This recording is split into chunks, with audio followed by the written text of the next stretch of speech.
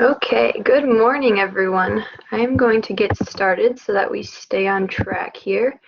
So, my name is Paige Weiner, and today I will be presenting on endometriosis and nutrition. And I will ask, I've saved some time at the end of my presentation, so if you can save the questions for the end, and you can be sure to ask those then. So, I'm going to quick share my presentation here.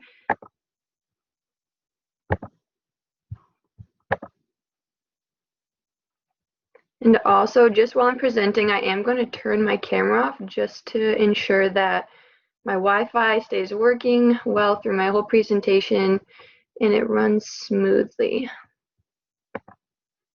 All right, so like I said, my topic is endometriosis and nutrition, and later on I'll kind of explain a little why I chose this topic and why I'm passionate about it. So to start off, I wanted to explain what is endometriosis because I know a lot of people haven't heard about it and it can be confusing with the definition and such.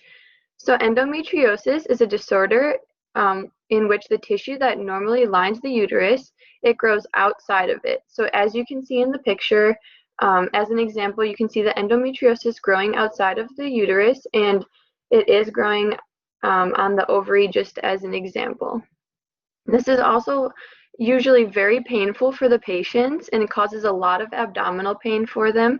And it mostly involves the ovaries, fallopian tubes, and that tissue lining the pelvis.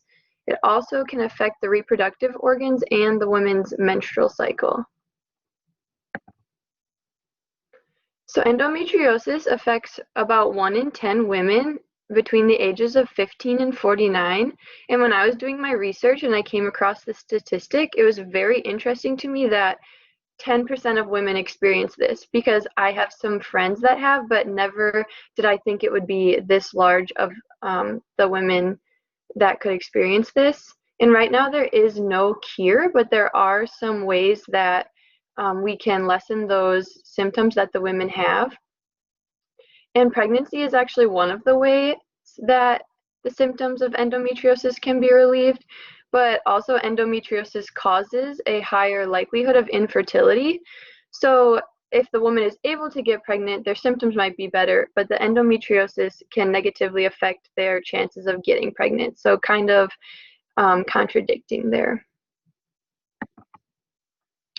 So some signs and symptoms that one might have if they have endometriosis would be cramps and menstrual pain, pelvic pain, they might have pain during sex or excessive bleeding, and they can have trouble getting pregnant like I explained in the previous slide.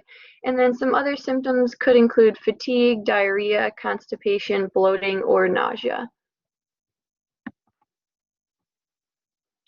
Endometriosis is diagnosed in a few different ways, but the gold standard for diagnosing it is laparoscopically. Otherwise, the women might have a pelvic exam done, as well as a vaginal ultrasound or an MRI to diagnose it. I think it just kind of depends on the doctor's suggestions and how bad the endometriosis is. Some treatment options for women with endometriosis, they can seek alternative medical therapies such as massage therapy or chiropractor. They can also have surgery to remove the endometriosis. And then some medicines like NSAIDs can relieve the symptoms, not necessarily help them go away, but relieve their symptoms so they're not in so much pain. And then the females can also have hormone therapy, so the hormones can kind of help keep the endometriosis away and stop it from growing or slow down that growth. So why is this related to nutrition? Well, diet can affect hormones and hormone balance, and endometriosis can be hormone driven. And so why wouldn't we want to help these women, with their diet instead of having them go on medications or having surgery? If we can help them and suggest certain foods that might relieve the endometriosis or stop it from growing, then I think that would be much better than surgery. And dietary factors may have a role in the etiology of endometriosis through influences on steroid hormones, inflammation, or food contaminants. So my research will look a little into how nutrition can help patients with endometriosis, or how it can prevent that growth of endometriosis. So here's my why. So that is my sister on the right. Stephanie is her name, and she was diagnosed with endometriosis in 2013.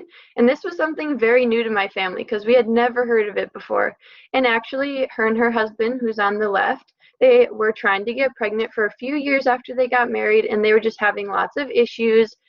And so she went into the doctor, and they told her she has endometriosis after she had an ultrasound.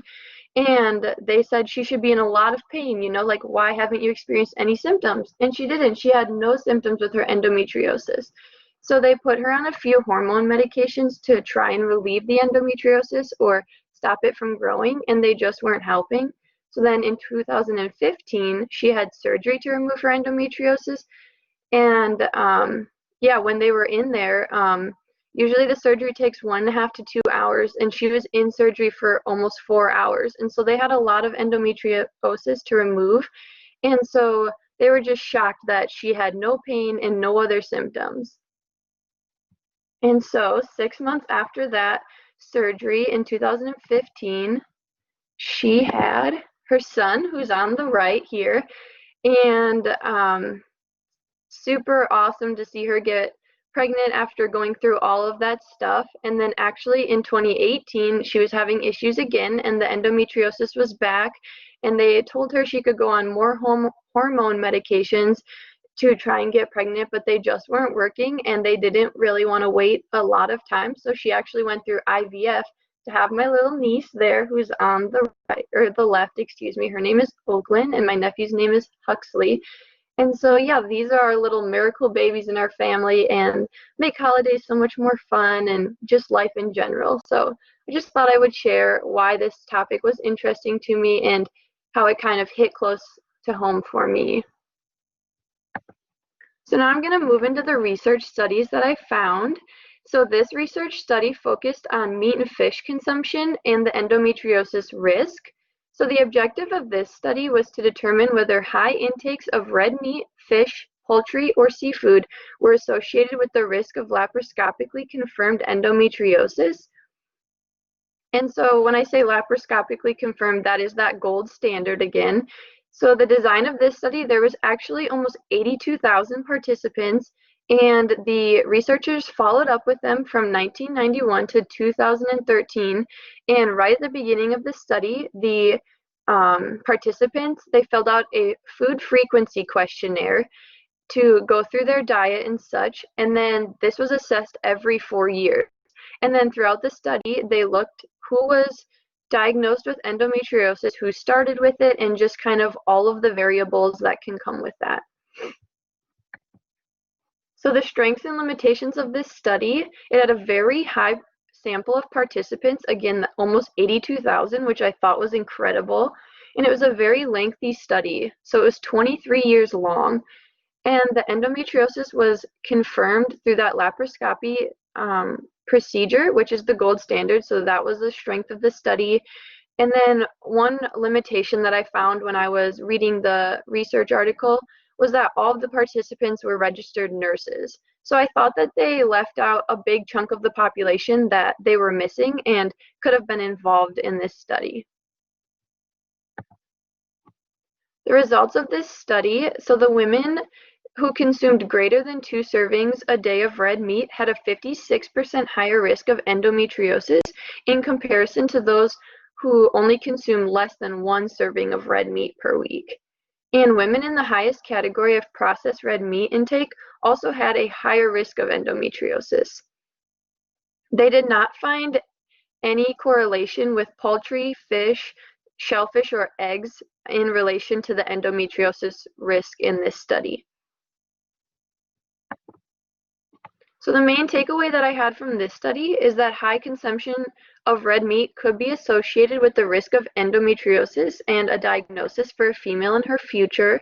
And so when we are seeing our patients who have endometriosis and would like some diet suggestions, we could suggest other protein options to these patients or clients, such as maybe eating more fish as there was no correlation, or eggs, just finding other foods that are high in protein that the patient could eat to decrease that risk of endometriosis and possibly their risk of infertility.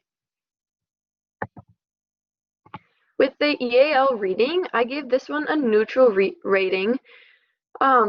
There was lots of positive things about the study. With the large study group, the participants filled out the food frequency questionnaire, and then it concluded very helpful results. But again, it was very biased, with only the registered nurses being included in the study. So my research study number 2, this research study looked at endometriosis in patients who had irritable bowel syndrome. So the objective of this study was to determine if there were distinct symptom patterns in women with IBS and endometriosis, as well to determine the response of these women if they were given a low FODMAP diet to follow. In this study, there was 160 women who met the Rome-3 criteria for IBS, and 36% of them had concurrent endometriosis, and all of these women were taught the low FODMAP diet as the primary therapeutic intervention for their symptoms of endometriosis. And so visceral hypersensitivity is a hallmark symptom of IBS and is also found in women with endometriosis, and this is why they were possibly suggesting that the low FODMAP diet could be an effective therapy for this group of women. I just wanted to review the low FODMAP diet for some who may not know or kind of forgot about it, because if you don't look at it on a daily basis, it could be easily forgotten. So FODMAP stands for fermentable oligosaccharides, disaccharides, monosaccharides, and polyols. And these foods are not digested or absorbed. So foods that we would recommend to people who are on a low FODMAP diet would be blueberries, strawberries, celery, potatoes, red bell peppers, oats, quinoa, rice, soy and oat milk, sweeteners in small amounts, or honey substitutes. And foods that they might want to avoid would include apples, pears, prunes, dried fruits, barley, chickpeas, asparagus, cauliflower, mushrooms, ice cream, milk, or yogurt. So just looking at certain foods that might help their symptoms. So the strengths of this study, it had 160 participants, and the study actually removed participants that would have skewed results. So if possibly the patient was diagnosed with cancer during it, or had other issues come up during the study, then they were removed so that they did not skew the results. And the limitations, there's a very wide range of women. The age range was very wide, and so I thought if they maybe decrease this range for the age, possibly to the prime childbearing years for a woman, then maybe it could be more specific and a little more helpful. So the results of this study, the low FODMAP diet, it was reported as being effective, so this was super exciting. And 92 women reported that it was effective for them, and again, they met that Rome-3 criteria for IBS. And actually, greater than 50% of these women saw their improvement in the symptoms that they were having. So very good results, and something that we can use if we have patients who come in with IBS and endometriosis, or simply just endometriosis. And a higher proportion of patients with known endometriosis responded to the diet compared to those without. So if they didn't have endometriosis and only IBS, then they didn't respond quite as well to the diet compared to those who just had endometriosis. So again, I thought that was cool they included this, because if a patient comes in without IBS, we can still share this information with them. So the main takeaway for this research article, the low FODMAP diet could improve endometriosis symptoms in women with both IBS and endometriosis, or like the results said, simply just endometriosis. And as an RD, I would focus on educating the patients or the clients with these diagnoses on the low FODMAP diet. And so what I like about this diet, it's not super restrictive. There's a lot of foods that the patient can still eat, and so it's not so overwhelming for them. This research study got a plus or positive rating for the EAL worksheet. And so the sample of participants was very specific, and they removed the participants that could skew the results. And there wasn't any bias when choosing the participants. They just had to be diagnosed with that Rome 3 criteria for IBS. My research study number 3, it focused on fruit and vegetable consumption and the risk of endometriosis. So the objective of this study was to find if there was a correlation between a patient's intake of fruit and vegetables and their risk of laparoscopically confirmed endometriosis.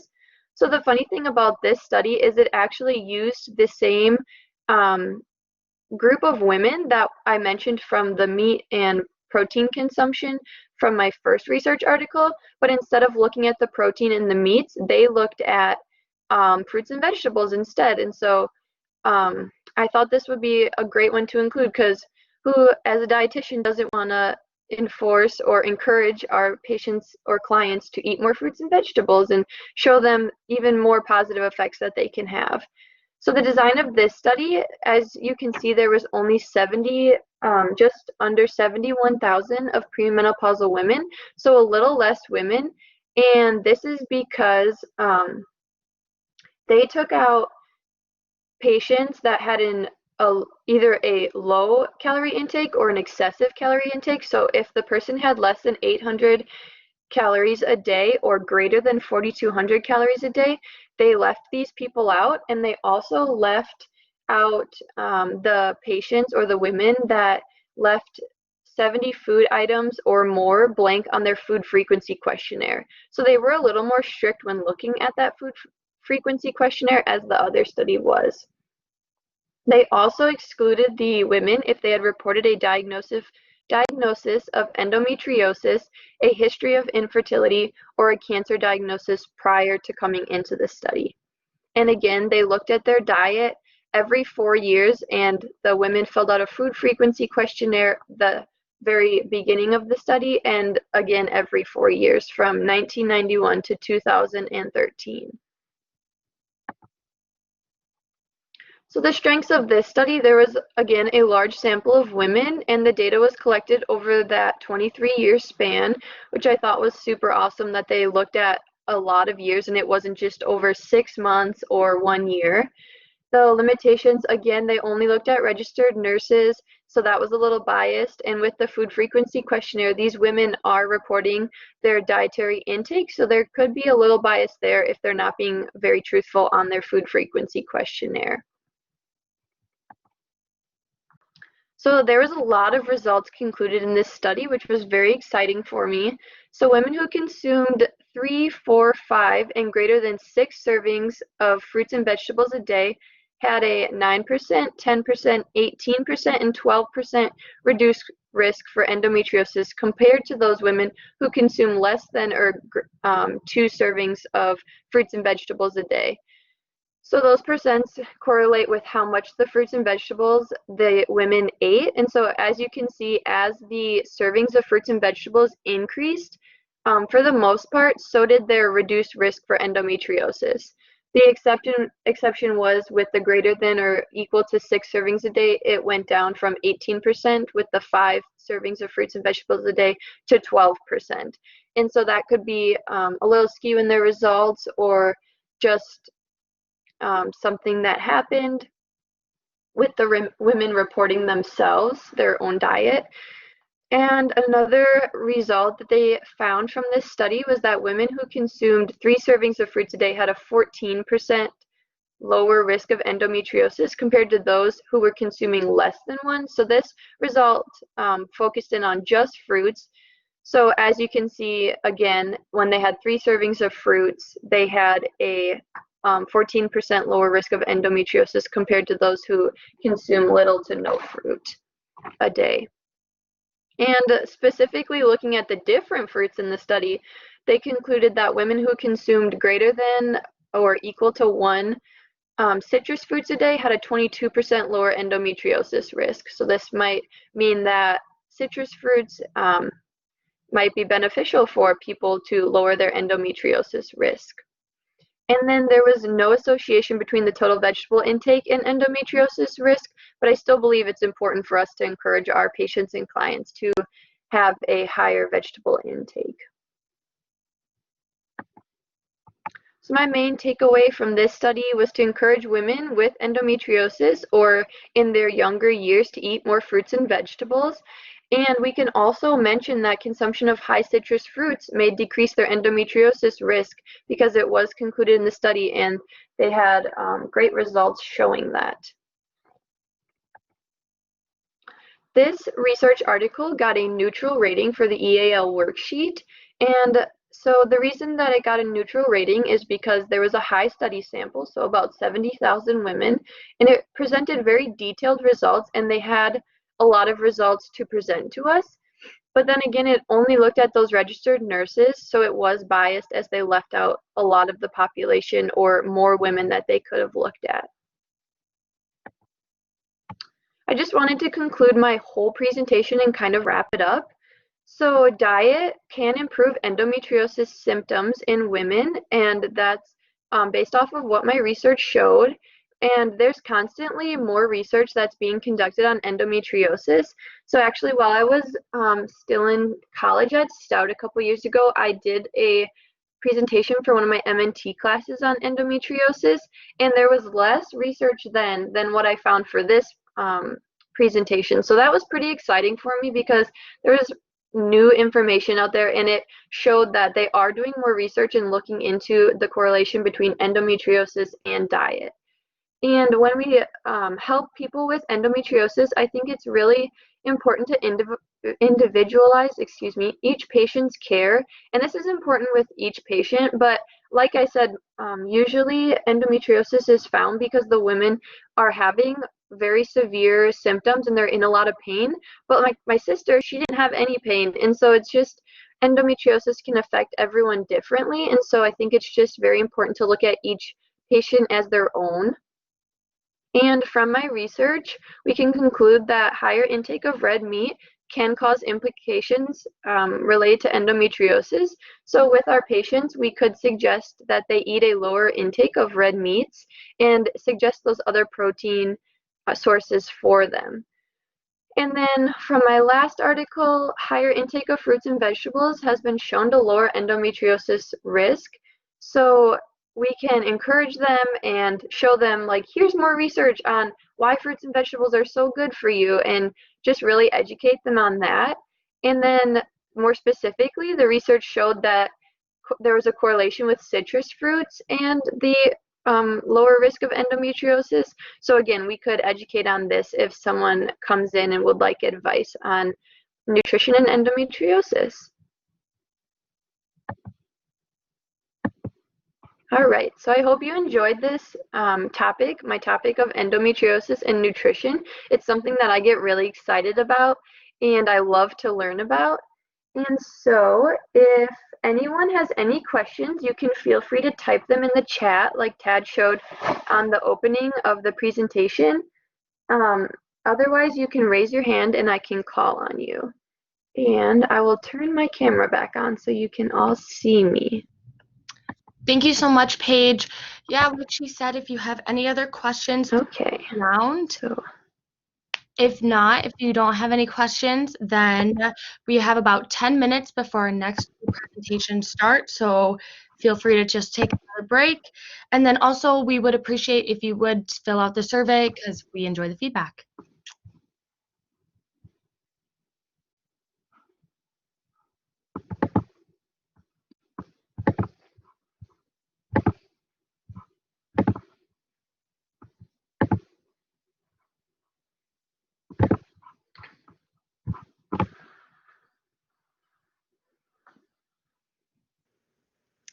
I just wanted to say I thought you did a great job, and it was so nice to see you be so enthusiastic about this topic, because it's something I would have never thought of.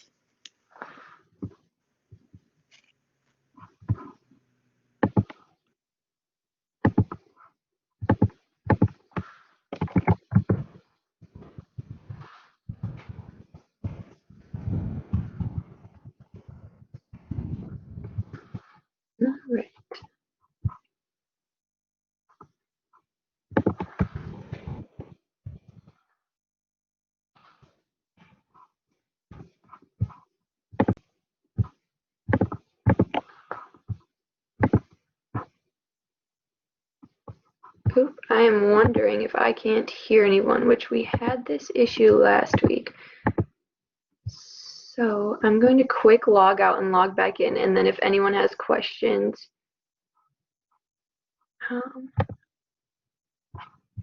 I'm just going to log out and log back in, and then I should be able to hear. I don't know why this does this, but we had this issue last week, so I will be right back.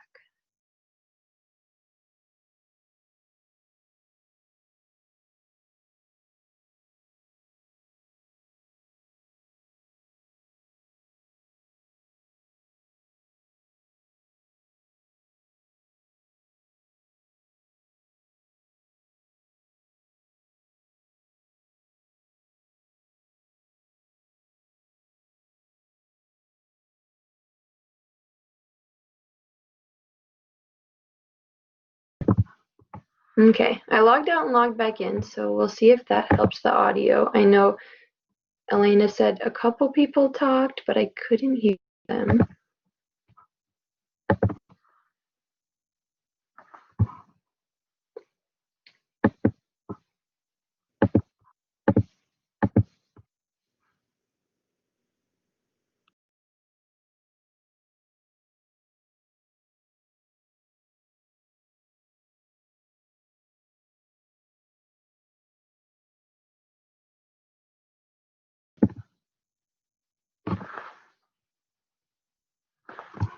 Is your audio working now, Paige? Yes, I can hear now. I don't know why that happens. It's odd. It was happening last week too. Sorry about that. Are you able to hear me? Yes. Can you guys Okay, hear me? Yes, I talked before. I was just saying, I thought you did a really good job on your presentation, and it was a very interesting topic, and I thought you were so enthusiastic about it, and it's something I would have never thought of, so that's really awesome. Thank you.